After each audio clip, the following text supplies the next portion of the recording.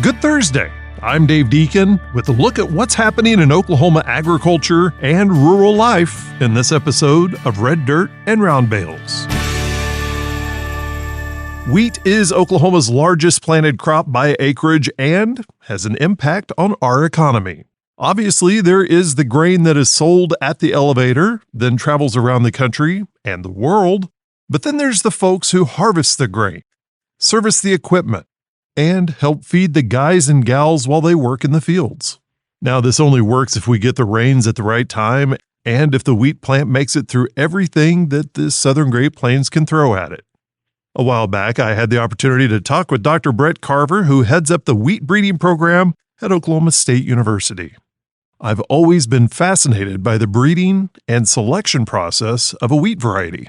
Here's a chat I had with him while recording the Red Dirt Agronomy podcast on how the wheat breeding process works at most public breeding programs. We started with the development of the first wheat variety bred in the borders of Oklahoma. Believe this or not, the first cross I think made in Oklahoma was not made, of course, here. It was made by a wheat farmer in the early 1920s. Joseph Danne did that, and I think he was in Kingfisher for a while and then moved to Sweetwater, Oklahoma. And that's where he set up his breeding program. And that's where we got the variety Triumph. And this guy was pretty smart. He only had the 8th grade education, but that didn't matter. He did a lot of reading. It's kind of crazy to think that those first crosses were made over a century ago. But the university didn't really get into the wheat breeding game until a couple of more decades later. Once again, Dr. Brett Carver. That's where it kind of started. And you know, before Dr. Smith, it was Dr. Schlehuber. And I finally figured out just when he started. I dug up an old departmental handbook. I think Dr. Westerman put it together. And it just accounts for everybody's faculty position in the department up to his time. And I'll never give it up now because I realize just how good that is to have the information. But Dr. Schlehuber, I think, had a federal appointment that maybe that appointment carried over to stateside, and so he was doing federal work, but it was being used by the state to start a breeding program. That would have been 1945. And in 1950, he turned to Oklahoma State as I think that is his official starting date. Starting year was 1950. So we've been breeding wheat, basically 3 breeding programs since 1950. That's a little bit unusual. There's just hardly any turnover. And that's good because I always say, you know, this is not an overnight job. It's a 10-year breeding cycle. It's not like breeding trees, thank goodness. But still, it takes a long time, and it takes a long time to learn the germplasm, get familiar with it. Now, Oklahoma is in a unique situation geographically. Typically, we are milder in the winter months, which allows us to get a little more life out of the winter wheat crop.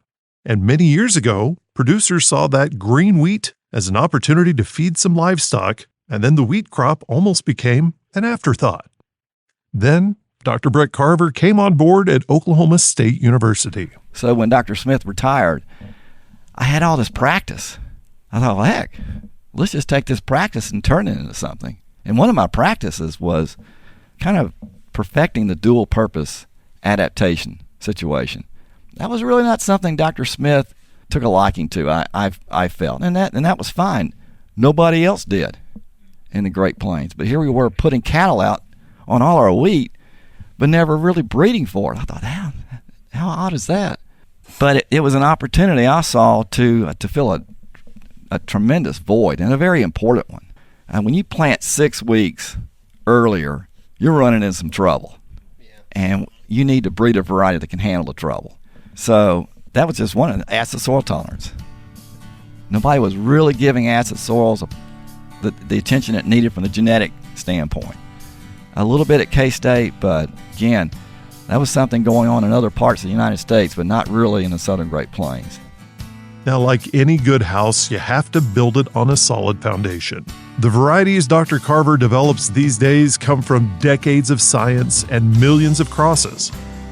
But there are a few solid building blocks.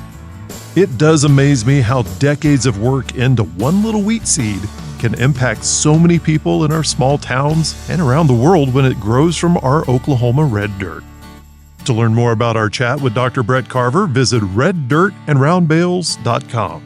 Have a great Thursday, and we'll talk with you tomorrow as we take another look at rural life and agriculture in Oklahoma on Red Dirt and Round Bales.